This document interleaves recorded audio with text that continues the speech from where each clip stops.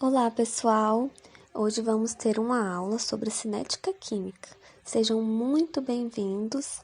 Inicialmente, eu vou mostrar para vocês um experimento muito bacana.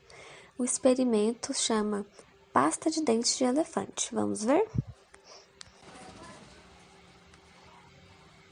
Então, pessoal, aqui eu tenho a minha solução de peróxido de hidrogênio, que é a nossa água oxigenada, só que a minha é no volume de 130, ela é bem concentrada, sabe, no laboratório.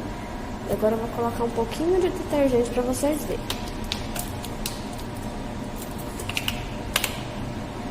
Ó, ele já começa a dar umas bolinhas. Só que, o que eu quero? Eu quero acelerar a minha reação. Então eu vou usar aqui o meu catalisador, que é iodeto de potássio, para vocês verem o que acontece. Ó.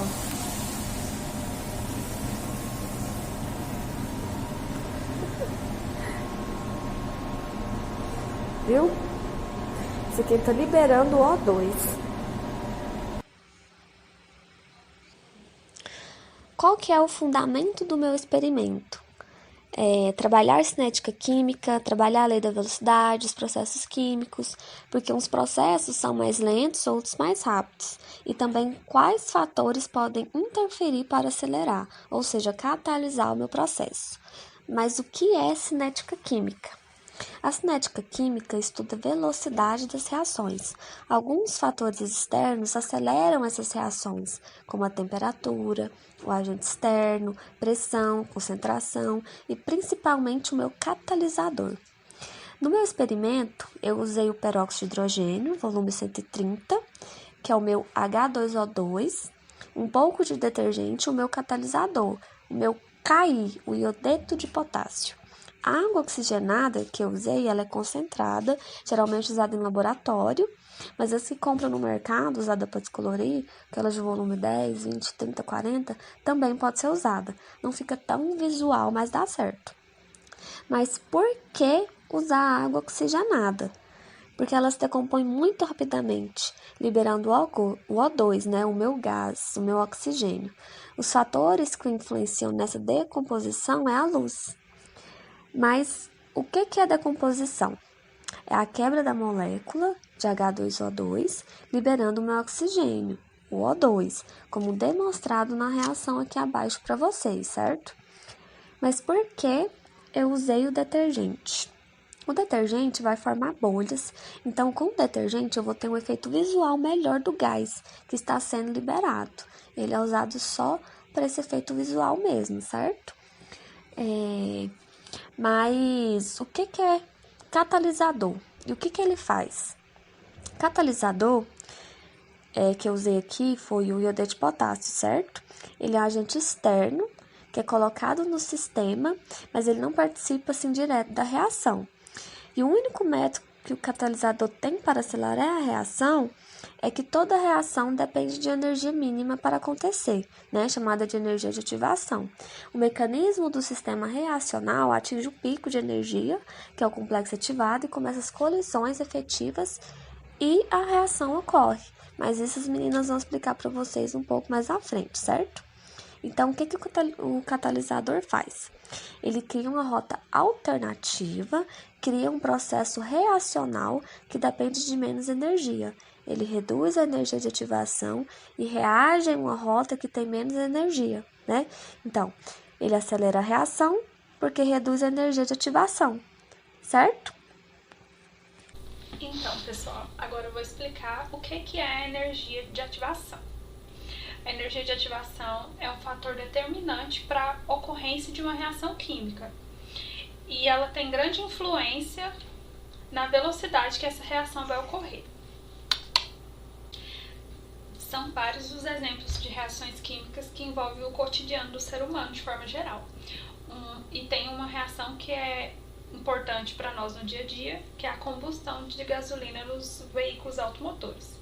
Ela ocorre de uma forma a produzir energia suficiente para movimentar um veículo, que isso seria uma energia de ativação.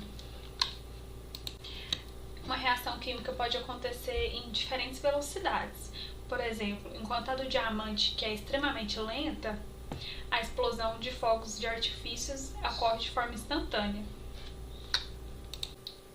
Não tem como falar sobre a energia de ativação sem citar as colisões favoráveis, que seria o quê?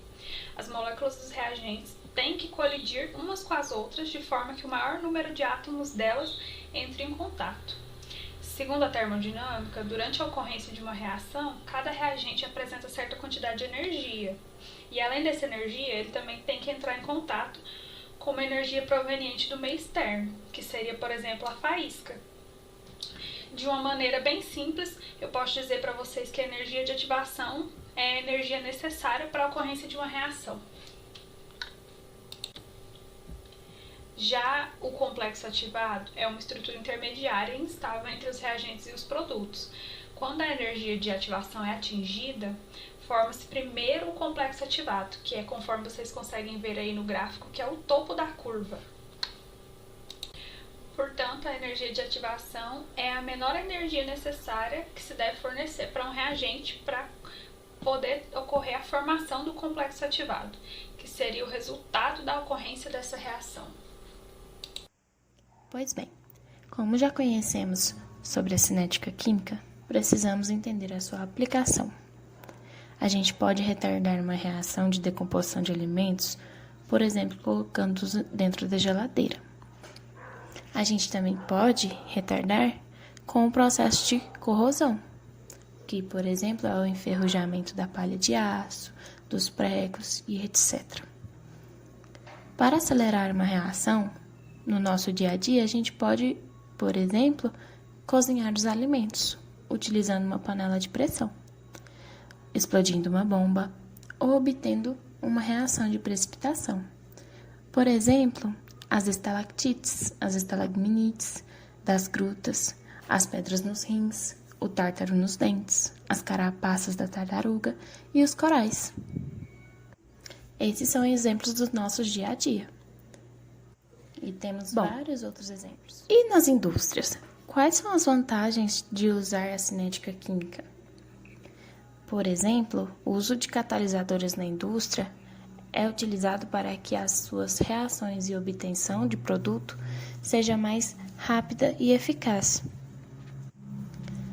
Como exemplo, temos a produção de oxigênio, que é a partir do cloreto de potássio, que é utilizado como catalisador para o dióxido de manganês, produzindo então cloreto de potássio mais as moléculas de oxigênio.